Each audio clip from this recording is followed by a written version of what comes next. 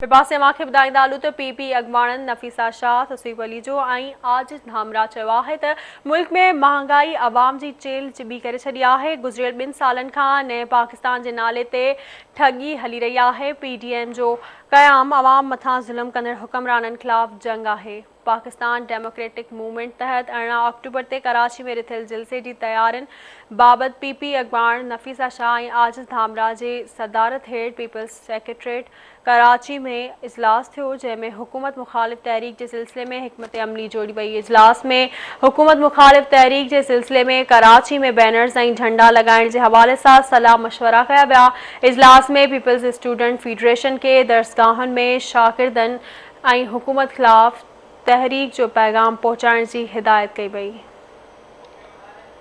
कराची में 18 अक्टूबर पर जो PDM जो तहरीक का आगाज़ हुआ है जमहूरियत के लिए इस मुल्क में और इस मुल्क को बचाने के लिए, इस मुल्क की जो जड़ें कमज़ोर की जा रही हैं उसको बचाने के लिए जो तहरीक का आगाज़ हुआ है, उस तहरीक का पहला जलसा गुजरांवाला में होगा 16 तारीख को, और उसके बाद जो दूसरा जलसा होगा वो पाकिस्तान का मरकज़ी शहर, हमारा फाइनेंशियल कैपिटल और जिस कैपिटल की जमहूरियत के लिए भी कुर्बानियां हैं 18 अक्टूबर को होगा। 2 इवेंट्स साथ साथ एक ही दिन में होंगे।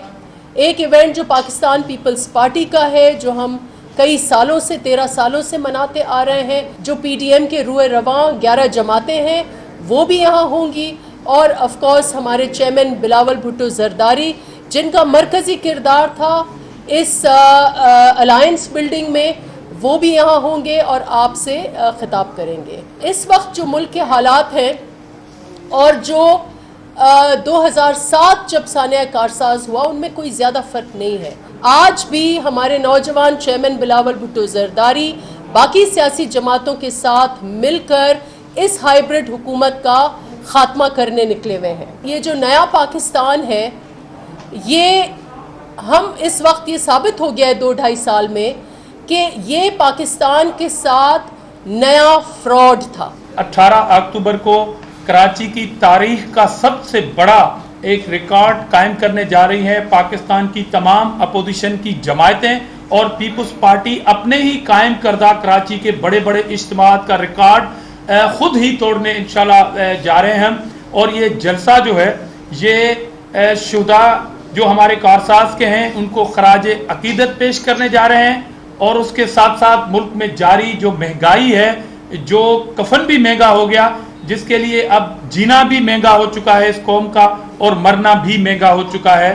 तो लिहाजा 18 अक्टूबर को सूबे भर की आवाम कराची में आके इन फ्राडी हुक्मरानों के खिलाफ एक रेफरेंडम, अवामी रेफरेंडम साबित होगा, और इंशाल्लाह कराची की तमाम सड़कें, पूरा शहर जलसेगाह होगा उस दिन। ये हुकूमत हर वो हथकंडा इस्तेमाल कर रही है जो गैर जमहूरी है, गैर इंसानी है, ह्यूमन राइट्स की पामाली है हर कदम पर, और आइन की खिलाफ वर्जी है।